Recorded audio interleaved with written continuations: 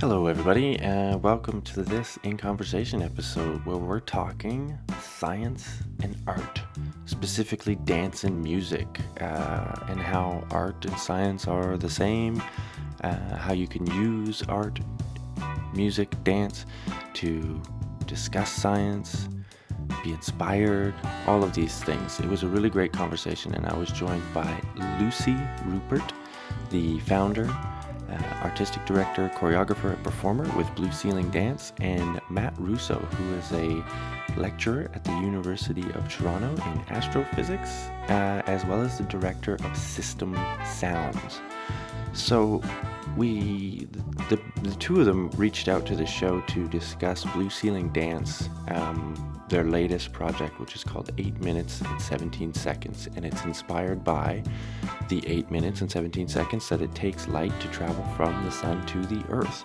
The show ran last week, but we discussed sort of both of them, their process behind the art and science that they do, the motivations for doing it, what sorts of projects they're into. We discussed a little space science, and it was just really great conversation. They're both really interesting people, inspirational in a way. If you're someone who does science and thinks that, or has been told that science and art don't mix, these are great people to follow, check out, see their work, because they really show how much the two actually have in common and how interesting the pieces can be that come out of it. So I really want to thank them for coming on the show, for reaching out. Like I said, I really enjoyed talking to them. We connected over Skype, and I will leave it at that. And at the end of the episode, we'll have all of this sort of Twitter details, websites, and all that for you. But as always, it's in the show description, it's on our social media, and it's on our website. So without droning on too much longer, here is my conversation with Lucy Rupert and Matt Russo.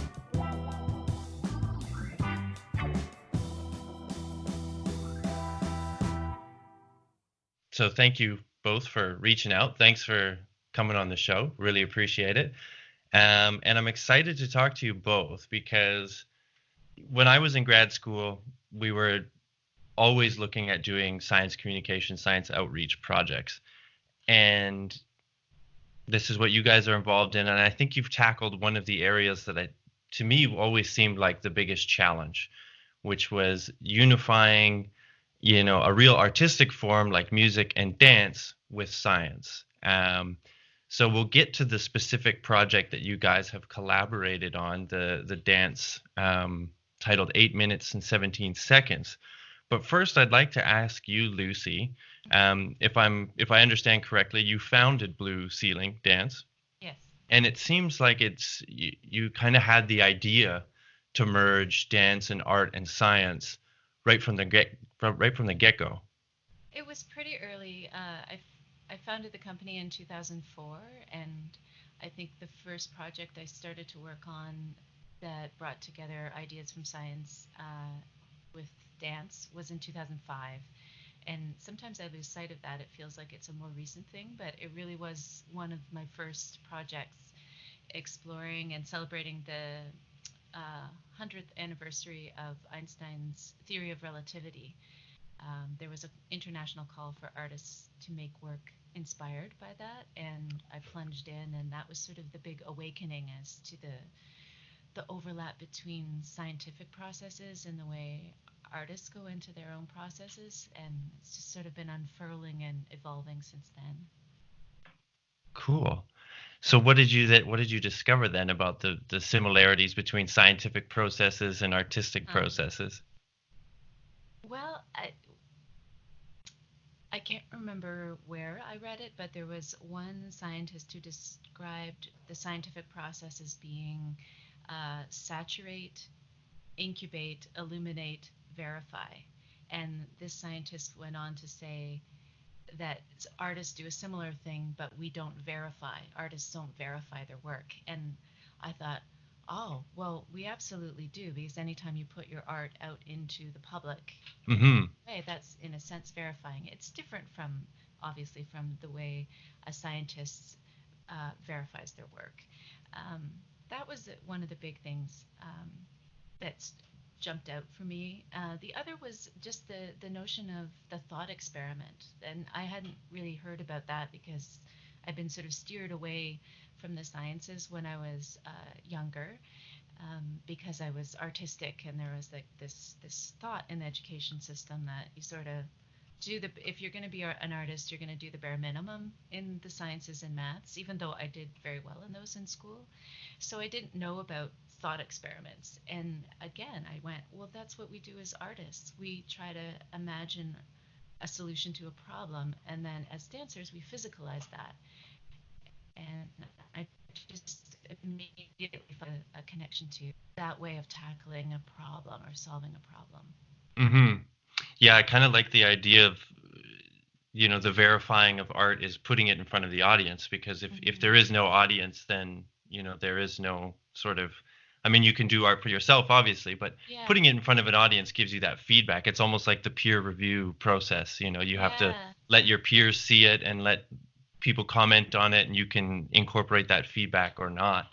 yeah. A Um, friend of that's mine also said that, oh, sorry. A friend of mine also said that the thing about being a performing artist is that you wind up having to alter your hypothesis on the fly, like right on stage. You have to, because you feel the verification yeah, process happening, so you have to sort of adapt in the moment. kind of occurs in real time. Yeah, Yeah. yeah. I can imagine. Yeah, I could see that. Um, and so then, Matt, I'll jump over to you for a second, because so you had formal training in science, from my understanding. You're a lecturer at the University of Toronto, correct? That's right. Yeah, I had formal training in science and in music. Oh, okay, great. So why don't you, yeah, elaborate a little bit on your background, and where you feel the need to bring science and art together. Yeah, so music and astronomy were two of my passions since I was very young. But as I had the same impression that Lucy did, that you really just had one. And that's the way the academic system was set up. And so all through my teens, and then I guess at the end of high school, I was kind of struggling with that decision of which path to take. And I just couldn't decide between the two because they just seemed like you needed both perspectives to to enjoy life and to be a functional observer and participant in the universe. And so I started with a music degree, but I took physics courses on the side. And then when I finished that, I just had to do the opposite. I did my astrophysics degree and I played in the band on the side. But that whole time, I still kept them separate. I didn't even think of combining them or using them in the same as the same vehicle until about 2 years ago, when there was a discovery of a very musical planetary system called TRAPPIST one, and so I realized I could actually convert that solar system into music. And since then, it's kind of opened the doors of how do we communicate the patterns of astronomy through sound. Hmm. Yeah, that's great.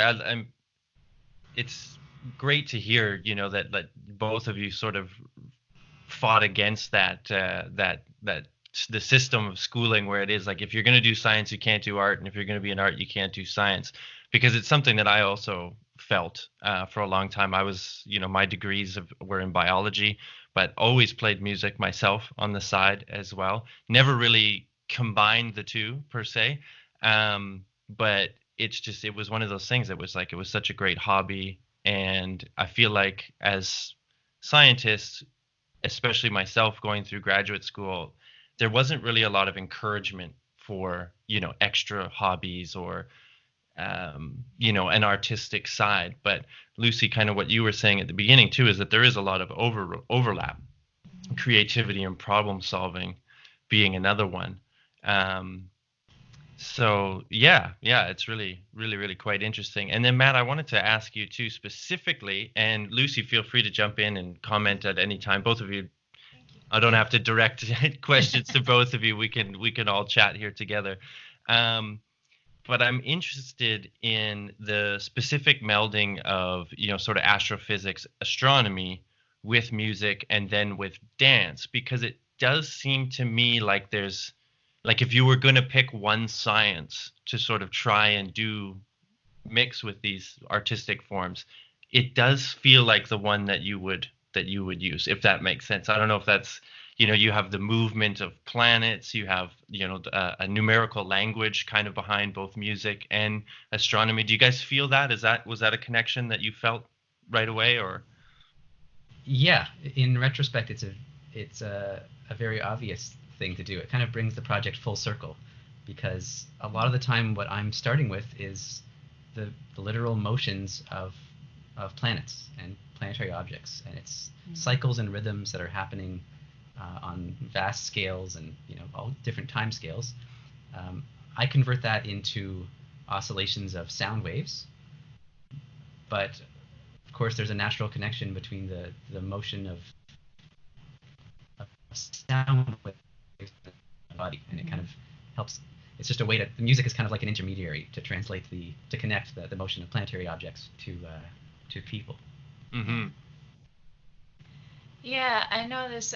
When I started working on this project, some of the dancers that I worked with were a little bit uh, not necessarily confused, but taken aback by some of the imagery that was coming from the research I'd done in this area of astrophysics and how light behaves in space as it moves from the sun to the earth.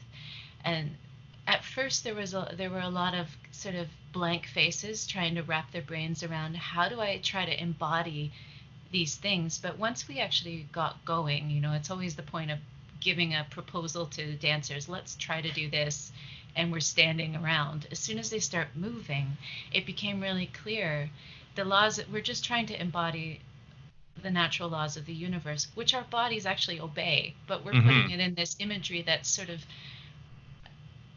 a huge scale to imagine. And that can be a little overwhelming at first, but then you just get down to like the particulars of it, and you realize that cliche that is going around a lot, that we're all made of the same stuff. We're all made of stardust. We're all made of the same basic elements. So it's really just a matter of taking it in. And the other thing that I find particularly compelling is that science and art are both just trying to describe our experience of reality. Mm-hmm. And both of those are human generated things. So the language that comes out of science is so compelling to me. So sometimes we just talk about that in rehearsal. We'd say, just look at the language that scientists have created to describe this. To take that in, it's human. And so what we actually are trying to do is embody these natural laws of the universe, but we're actually trying to embody the humanity that has created these descriptions. I sometimes think of choreography and dancing as being another form of translation. It's like translating a really great poem into a different language. Mm-hmm. Mm-hmm. I think it's something that, like, yeah, we tend to think of science as a really dispassionate or like cold pursuit, right? And it even kind of gets ingrained in you as you're going through graduate school and stuff. Maybe I'm making my graduate school experience sound terrible, but it really wasn't. I did really enjoy it, and I was fortunate enough that I was part of a program that really emphasized science outreach and stuff, so we were able to sort of scratch a creative muscle a little bit. But it makes a lot of sense that when you're talking about like translation, and it's two ways of describing the world, and I think when you actually sit down and talk with scientists, even if they don't realize how artistic or creative their endeavor is, when you get them talking about their research or something they're passionate about, you see that life come out into it. So I think it's really neat that you can find in dance sort of, you can kind of capture that sort of passion that's maybe written in a way. I mean, if we've read scientific papers, I mean, you were just talking about how you like the language. I'm always railing against the language of scientific papers, being like, you guys, we could be a little more creative here, But that's really neat. So then why don't you describe exactly the project that you have on the go now, this 8 minutes, 17 seconds, and sort of how you guys came up with it, what the history behind it was, and what the theme is. What does 8 minutes, 17 seconds, what is that? What does it represent? Well, it's the length of time it takes sunlight to travel from the sun to Earth. And I found that a compelling starting point because it's a kind of awkward amount of time in terms of our human experience. It's not long enough to do a whole lot, but it's not so short that you just do like that one important thing that takes 3 seconds and then you've done it. What I've done is split an evening of dance into sort of 8 sections, and each section is approximately 8 minutes and 17 seconds long, and looks at sunlight in space, not on Earth. Not interested in doing that just yet. Um, from different perspectives, just looking at the fact that sunlight is to life. It's also a very destructive force. The whole wave piloted by a particle, like all these different ways of describing how light behaves, all of those things. And then we broke it up into a different assortment of dancers and collaborators. There's co-creators from a choreographic perspective. There are two composers who I gave them the theme and asked them to make some music. And then in the course of working on this project, I've interviewed a lot of scientists. And one of the dancers in my company discovered Matt and suggested that I contact him and interview him. And so that happened. I think you were the third scientist that I interviewed in my process. Mm-hmm. And hearing his sounds, what he had made, I felt incredibly moved by it. And then we were lucky enough that he let us use some of the music that he had created from the Trappist. Oh, I'm not sure actually the one that we're using, if it's from the Trappist. Is it Black Widow? It's Black Widow. Yeah. Okay, good. Phew. So yeah, you did some beautiful editing for us to make it 8 minutes and 17 seconds long. So it was again a different model of collaboration. This whole project has about 18 people working on it, which is huge for my company. I'm a project by project company, so usually I'm looking at teams of 5 or 6 people. But this has been really special because there's been all these different models of creation and collaboration, as well as from the arts field as well as from the scientific field. Mm-hmm. Mm-hmm. Interesting.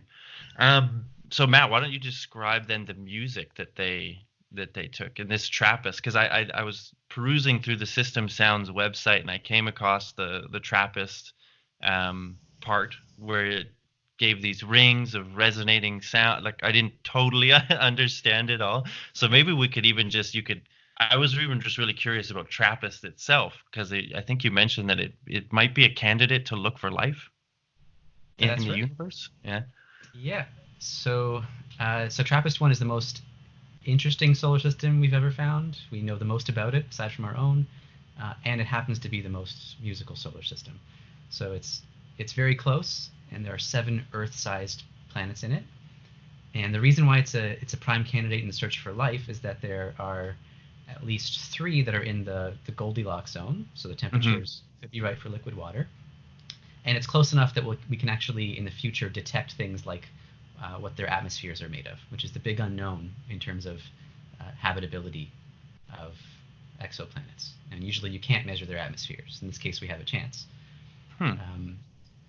But the musical side of it is that these 7 planets they're all really close together. They're huddled around a really small star, really close together. So they affect each other, and they've essentially communicated with each other through gravity to tune themselves into a musical configuration.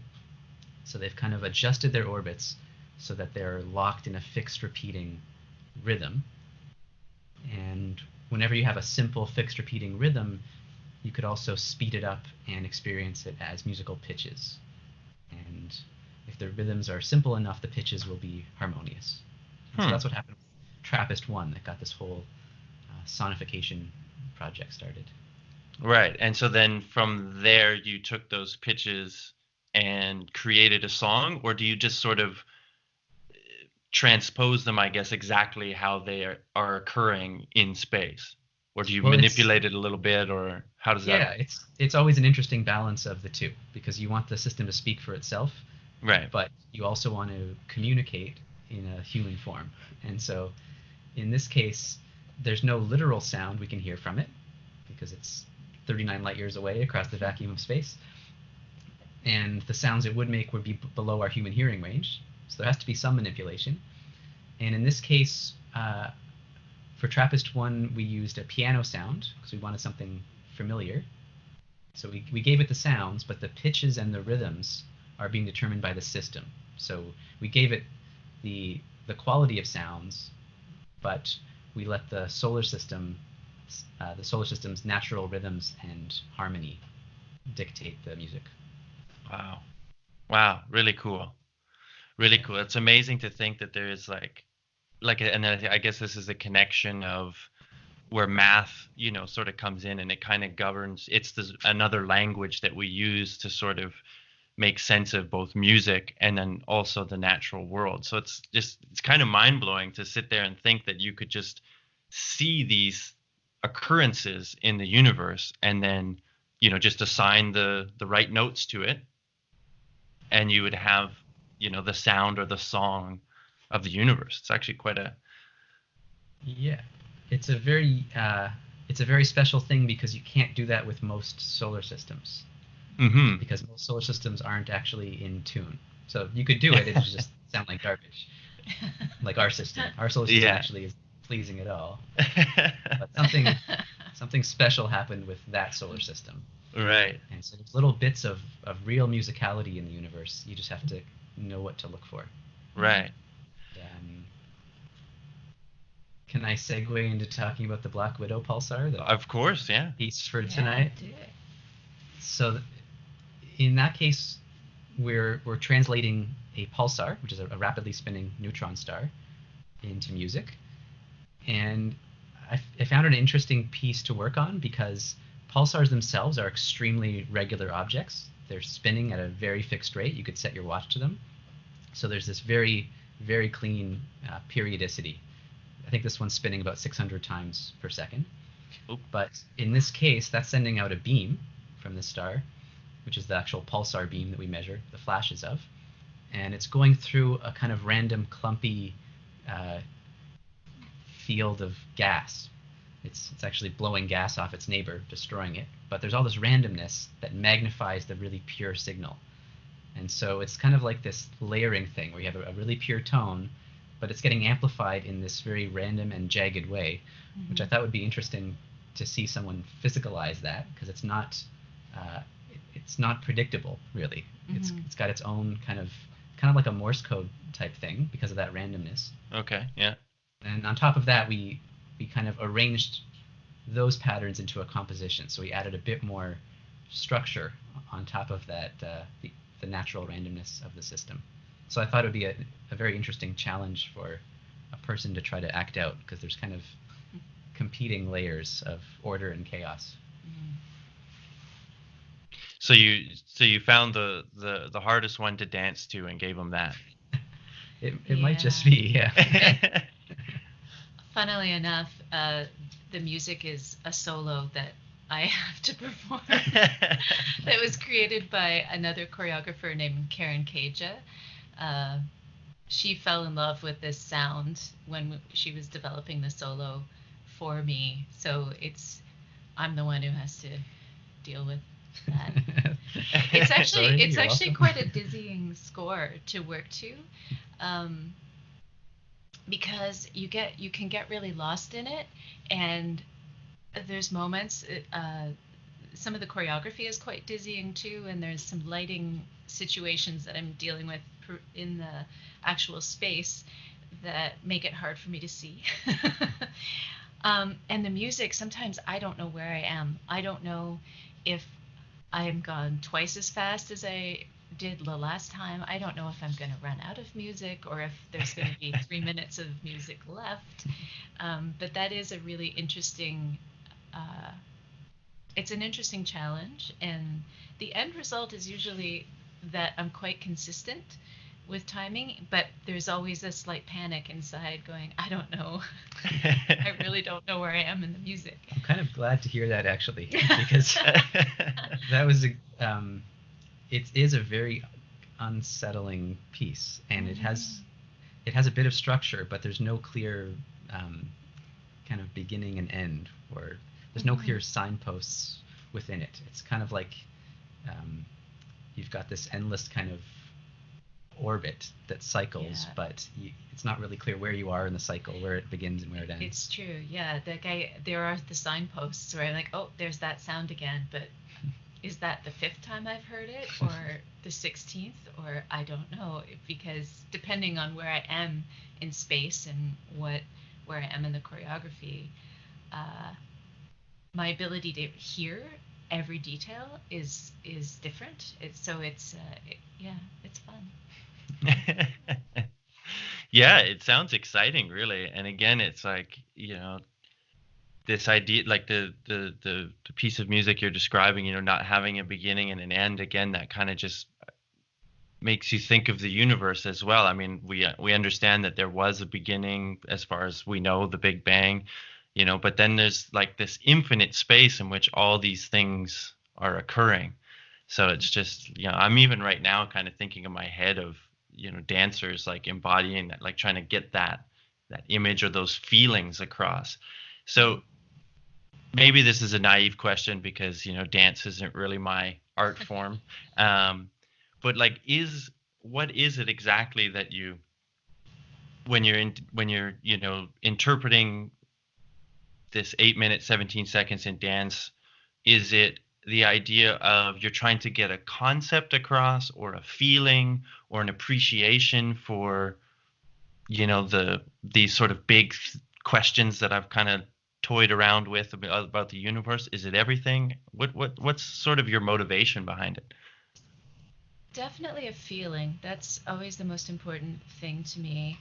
I think I start from really clear ideas or concepts, but I'm definitely not a conceptual artist, and at least in the way that sort of lands in the performing arts in North America. I really want the feeling. That's for me. There's no right way to see it. I think contemporary dance, at least in North America and Toronto in particular, it's tough because audiences tend to want to feel like they can get it, and they often shy away from contemporary dance, contemporary art, if they think they're not going to get it in some way. Yeah, what's the point? What am I seeing? Exactly. Yeah. Am I right? Yeah. Did I get it right? Yeah. And I think what I really am interested in doing is sort of, well, we talked about this when we had our interview about how certain art forms can sort of bypass the brain a little bit, or like the analytic brain, and go sort of straight to a more your instincts and your gut or your animal brain in a way. And there's real value in doing that for the public, like to get a critical mass of people feeling from their instincts, not from an analytic mind, because I think it opens up the self. It opens people up to being more compassionate and imaginative, and what we need, I think we need sort of all over the place in the world right now, is a lot of creative problem solving. A sort of deeper motivation for me is also that I think the sciences and the arts, especially the sort of the research science and the more contemporary arts, suffer from the control of funding, public funding, which is great, but it's not so great when you get particularly conservative politicians that start to limit or reduce access. And it's really important that I think that we team up, that science and art actually get together, because my taking on this concept for a work of art, gives a sort of legitimacy to contemporary dance for a certain crowd of people. Even friends of mine that are like, I don't know what you do, Lucy. It's really confusing, but they want to come see this show because they understand something about cosmology and astrophysics, not at a professional level, but they say, oh, Yeah. well, you're doing something, I'm going to understand this piece. And I also think the reverse is possible, that dance and music can actually help science communicate with a broader audience as well.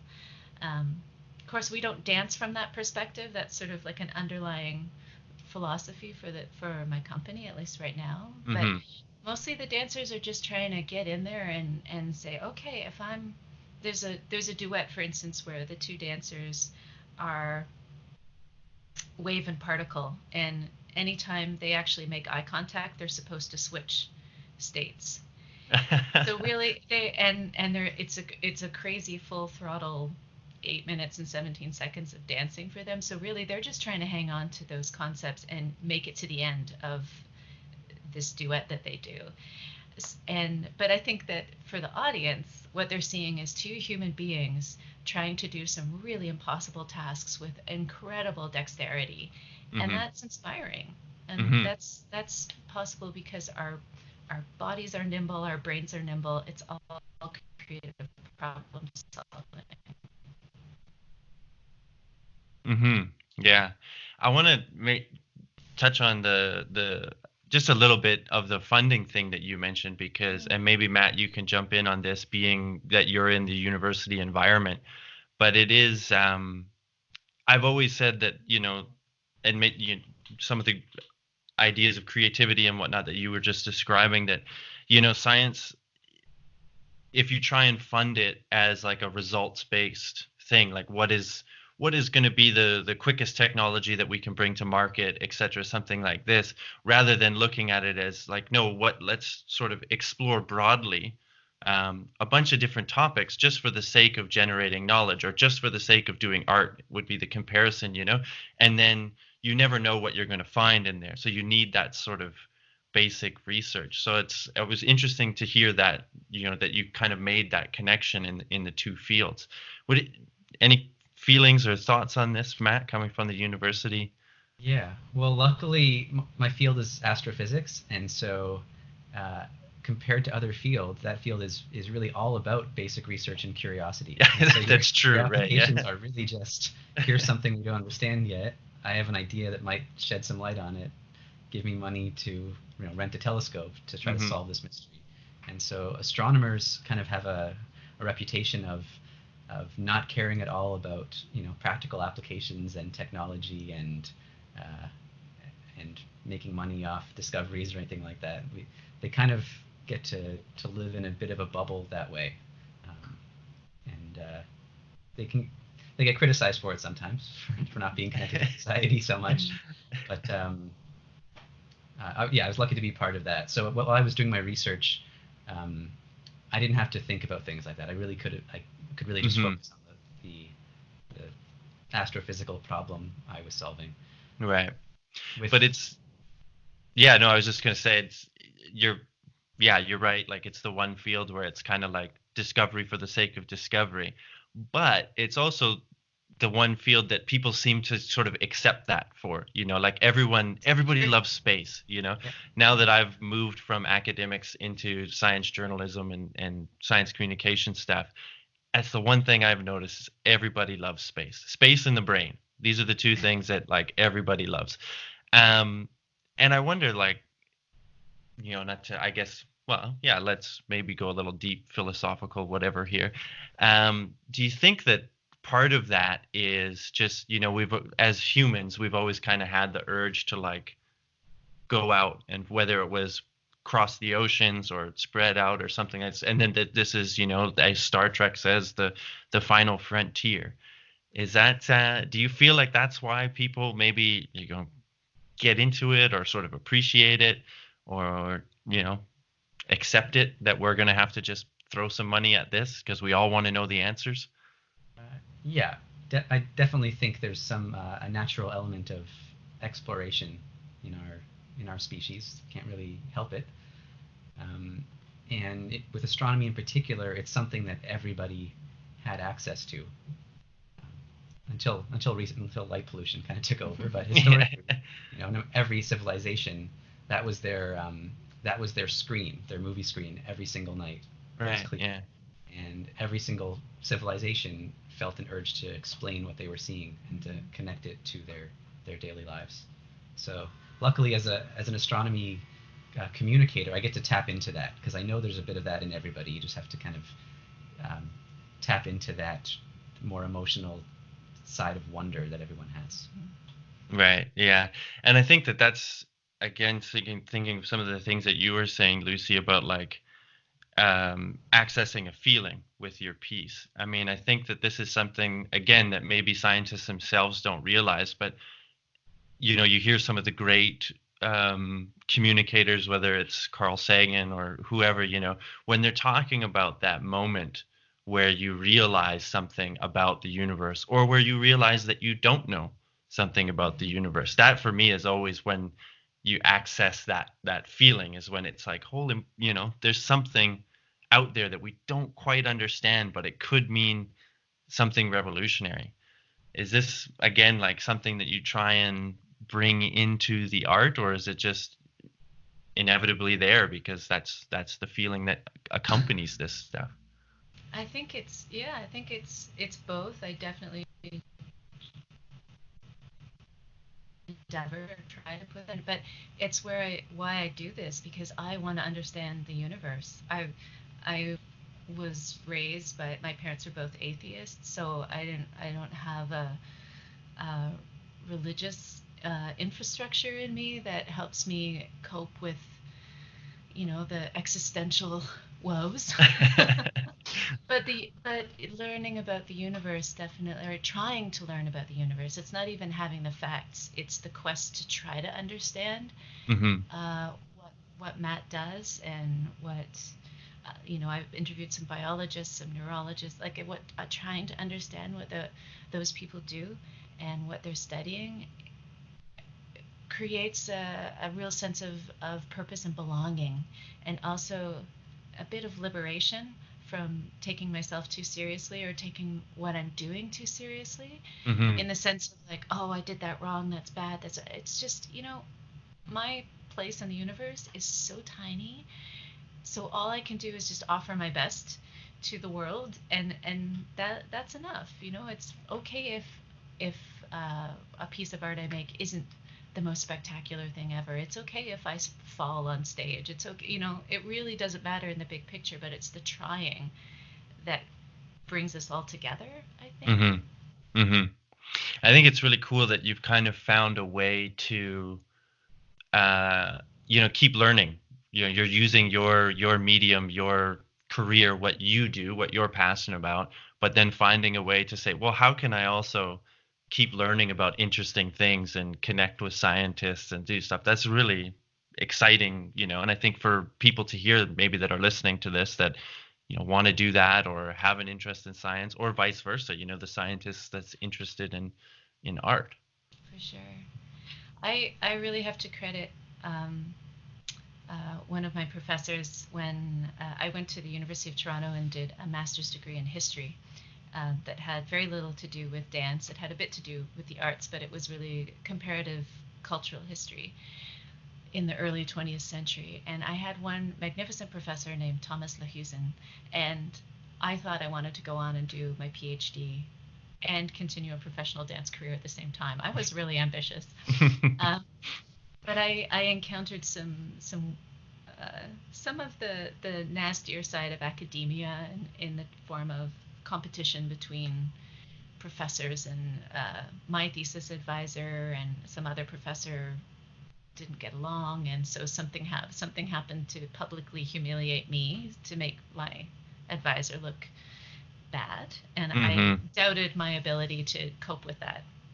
Right. And my thesis advisor, Thomas Lahusen, said to me, he said, Lucy, if you just want to learn more, go out into the world and learn more. Make your art about the things that you want to learn about, and just do that. And that's more valuable than staying here and fighting through this PhD program that might break your spirit or your body. Mm-hmm. and and he was right. He was so right. I think about him all the time when I'm creating, because I think uh, it's something that I think more people in academia need to hear, Mm-hmm. or because it seems like sometimes it seems like a really good career track, and it can be, it absolutely can be. But I think that the emphasis is, if you've done an advanced degree, then you should work in academia. You should continue down that path, and it's not necessarily the best way to get what you need out of your passion, and Mm-hmm.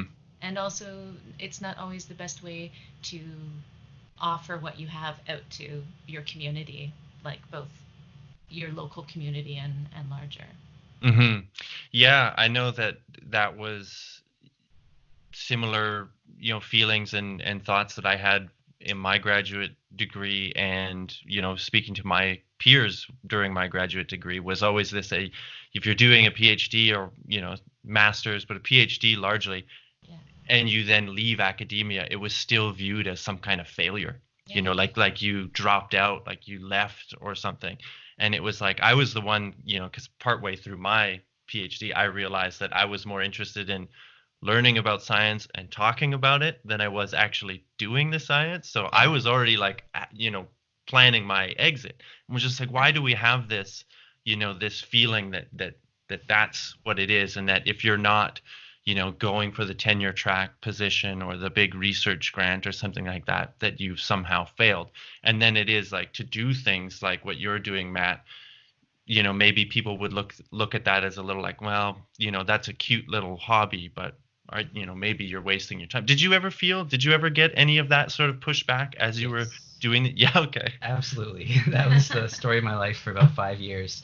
At the beginning of my PhD, my advisor said it's basically not worth my time unless you end up with a career in academia, because he had to invest, 5 years in training me as a research scientist. Mhm. And I realized pretty quickly that I had much more. It was much more rewarding for me to do outreach and to Mhm. communicate with people than to focus on a very, very small problem that I was tied to for what seemed like an eternity. And uh, he saw that, so my advisor was very supportive over time. Mhm. But no matter how supportive he was in the later years, I still couldn't shake that feeling that I was kind of doing something wrong and in the wrong field, and Mhm. I, what I wanted to do wasn't going to be appreciated, and felt like I was stuck on that path. Mhm. So it took as soon as I kind of went full steam into the sonification, the music of astronomy side. Um, my advisor completely got it at that point, and realized that was the right thing for me to do. Yeah. But it took me years to get over that feeling.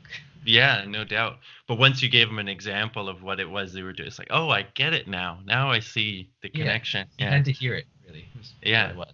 He had to have that emotional reaction to what it was. Yeah, right. Then the one, another kind of a follow up, I guess, on this sort of point is, this is the other thing in academia that I heard a lot. Again, even being involved in a program that was specifically, had money set aside and a mandate for, we're going to get our grad students and our labs to do outreach. There was a lot of pushback from certain, I will say generally the older professors in the groups, that are like, why should we bother? Like, why do we care to get this our science out to the public? Most people won't understand it. Like, what's the point?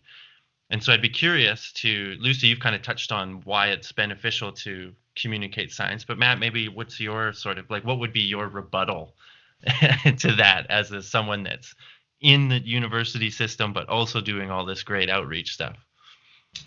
Uh, well, you could always say that our research is publicly funded, and so Right. it relies on the public understanding what we do and seeing the value in it.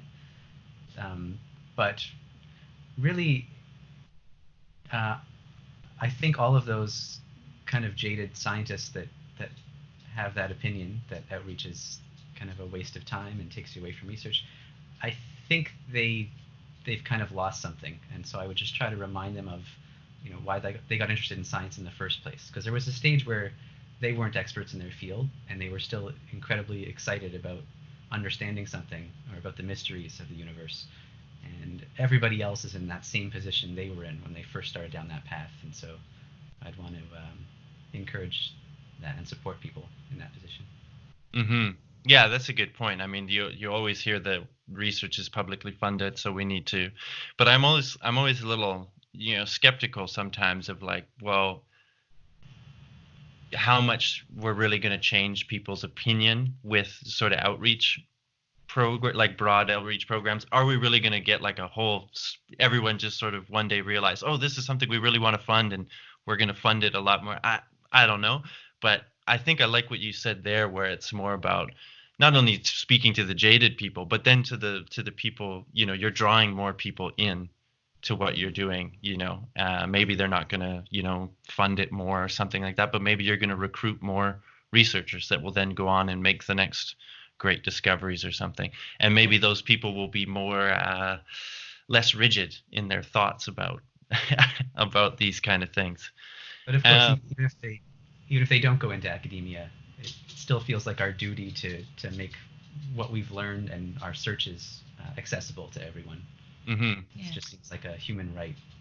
Yeah. Yeah, I mean it's public knowledge, right? Like it should be available to the public, and not everybody consumes information or understands information in the same way. So it makes sense to make it available in a lot of different ways. I would think too that also just for you know your own personal sanity as you're going through rigorous research program or something like this, or even Lucy, you kind of mentioned some of this too. It's like this is what you want to do, so I blend the two passions that I have together, and then that way it's you, I think, would become a better artist or a better researcher or something because of that. Yeah. um Here's a bit of a wacky one for you, because if Trappist, let's say, is the potential that we can find life, so let's say we're thinking about life in the universe, would you think that music and dance would be a way that we could communicate with an alien species? Because I'm assuming they're not going to speak English. Right. Or maybe they've been living off our reruns that are like being projected into this. What do you think of that, just as like as sort of the universal language, we'll say? Uh, yeah, it definitely seems more likely we could communicate through music than through any kind of verbal language. That's at least how it works among different cultures on Earth. Right, yeah. That's a big open question, though, is how Yeah. universal music actually is. It seems like other species on Earth use music to some limited extent and communicate, at least through Hmm. patterns of sound. They definitely do that, and so I would not be surprised at all if that's a universal for any kind of life living in an atmosphere. Hmm. Yeah, I guess you'd have to have the capacity to hear sounds and at what level and things like this. But movement and dance also. Oh, Yeah, well, it seems like sound and motion are ubiquitous. So it's a question of how long it would take to understand the purpose of what the sounds are and what the motions are. But hmm. it's certainly, I mean, we see this on our planet as well. When people don't speak the same language, often like hand gestures become incredibly important, Hmm. and even when they're not sort of codified hand gestures, just that you can tell a lot by the way. I mean, that's why I do what I do. You can tell a lot about something by the way it moves, by the way a body moves. It communicates a lot, even if you can't come up with your own language, for like verbal language for it. You get that feeling. You understand if somebody's moving with a certain intention. This is what we do all the time on the street when we're passing people. You're making all sorts of decisions about your safety, your way of navigating based on really small aspects of motion. Mm-hmm. Whether there's motion, like motion with agency or not. Your brain is really sensitive to that. Yeah. We have to be able to detect whether something's moving non-inertially, like they have a mind of their own, some direction. And so in our brains, we're set up to distinguish life and non-life by precisely how they move. It's not even something you're really aware of. No, not at all. Yeah, cool. Very fascinating. So when this project is complete, you have the music, Matt, and then the performances are ongoing. Is there going to be a way, is it going to be recorded? It will be there, is there a way to see it for people outside the Toronto area? And maybe you could also just let people in the Toronto area know sort of what's happening, where you're going to be, that kind of thing. Yeah. Well, we opened the show last night. Okay. Which is why my voice sounds a little grumpy today. And it runs until Sunday. Dance in Canada, in Toronto in particular, we have really short show runs. It's most of the time it's 2 or 3 performances. I managed to squeak 4 out of our schedule. But it is being filmed, and we'll definitely make that. I'm not particularly proprietary about my videos. I oftentimes put things up on Vimeo, and they're absolutely public, and I'm happy to share that. There's also a lot of photography streaming out right now. We've had 3 different photographers in on the project, and just yesterday during our dress rehearsal, one of my very longtime photography collaborator came in, and we have a lot of really beautiful imagery. Doesn't sound, sadly, but definitely captures the feeling of the sound, as well as the lighting design, which has also been a really important component, obviously, to a show that's about light and space. Is there any early indication on what's like? Do you get a lot of scientists coming to the show, or is it generally just people interested in science or interested in dance? Or you know what? I don't. Last night, because it was opening night, there were a number of scientists that I had interviewed that came to the show. We've been doing a lot of outreach, trying to connect with the science departments, particularly at the University of Toronto and beyond, and some other. There's a conference going on in Toronto right now called, I think it's Women in Science and Engineering conference. So we've reached out to them. I don't know how many scientists have come, but they were actually my target audience for advertising. We really wanted to get. There's a certain crowd that will always come to dance, and there's a certain amount of followers of Blue Ceiling Dance. They will always come. But I was really interested in getting more people from at least who are interested in science or are people who work in science out to the shows, particularly to talk to them afterwards and say, well, what did you see? What did you feel about that? So we'll see. To get that peer review. Yeah, exactly. Right. And so then, Matt, what's sort of next for you? What sort of projects do you have on the go, and where do people go to see them? Well, all of my work is posted at system-sounds.com. It's my website. We have a number of projects with NASA this year. So, for instance, they're celebrating the 50th anniversary of Earth Day, and so they invited us to take all of their data on the Earth, which is more than people realize. They've got dozens and dozens of missions dedicated to studying the Earth's climate and geology, and they said take all of that and communicate that through sound. So it's very open-ended. Just that little thing. It's kind of terrifying. But that's one of the big projects this year. Okay, exciting. And so then for Blue Ceiling, what's next? Do you have any ideas, any topics that you're going to tackle next? More space, or? Well, definitely more science. The next 3 projects are sort of planned. We don't know when they'll pan out, but one is looking at the neuroscience behind rage.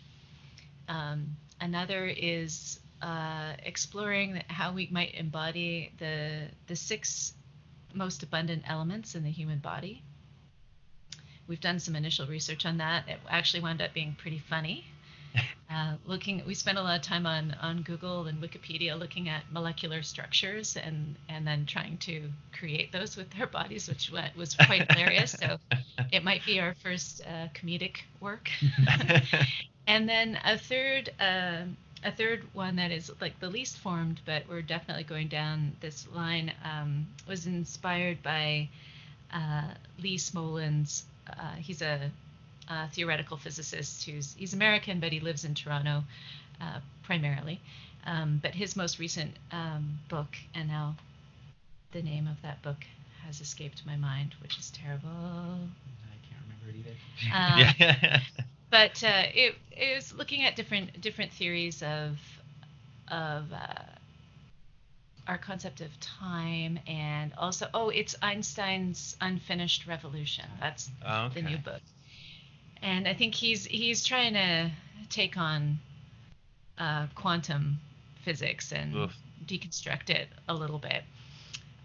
But one of the things he talked about a lot was empty branches in the theories of multiverses and things like that. And I saw a strong correlation between the imagery of empty branches and our sort of ecological concerns about how birds are affected by climate change these days. So not exactly sure what that's going to look like, but we're trying to like take the two ideas of empty branches and put them together. But Wow. It'll take me years to unfold all of that business. But sounds like a lot. Yeah, sounds like some pretty deep topics there, but really, really fascinating.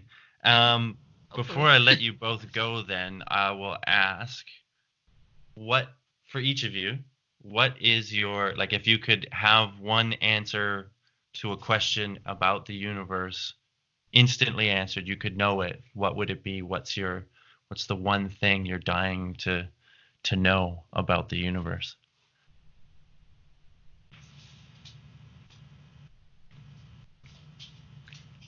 I can give you mine, but I don't want to tip it off. Well, mine for sure would be life. Is there life out there, and what does that look like? That would be one for me. That's a big one. Yeah, it's hard to top that. I was going to say something much less interesting, which is the mysteries of dark matter and dark energy.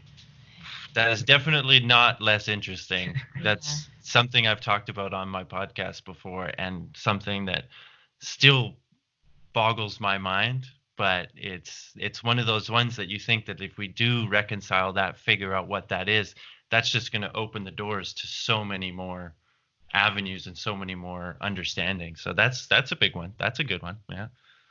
Yeah, I think that's definitely one of the big ones for me too. Dark matter, dark energy, trying to wrap my brain around that. Also, this based on something my son asked me the other day, got me down a rabbit hole, or a black hole, which was like what happened right before the Big Bang. Right. What made the stuff that made the Big Bang happen? I'm like, yeah, I don't know. I don't know how to answer that. He's only 10. It's a little deep for Monday morning with a 10-year-old. Yeah, but I mean that's sort of the beauty of science, right? Is like there's certain things that maybe they're no matter how much it just sort of lets you realize there's so much more that you don't know. Absolutely. And so will we ever figure it all out? Probably not, but that's also the beauty of it, right? Like without that chase, without that mystery, what would life be? And then, like I said, I just love that you guys are taking those sort of feelings and then putting it with art, putting your art into that. It's really, really great. So yeah, thank you so much for reaching out and for coming on and having this chat. It was a real pleasure. And whenever you have something else that you got going on or you want to talk about, please, let me know.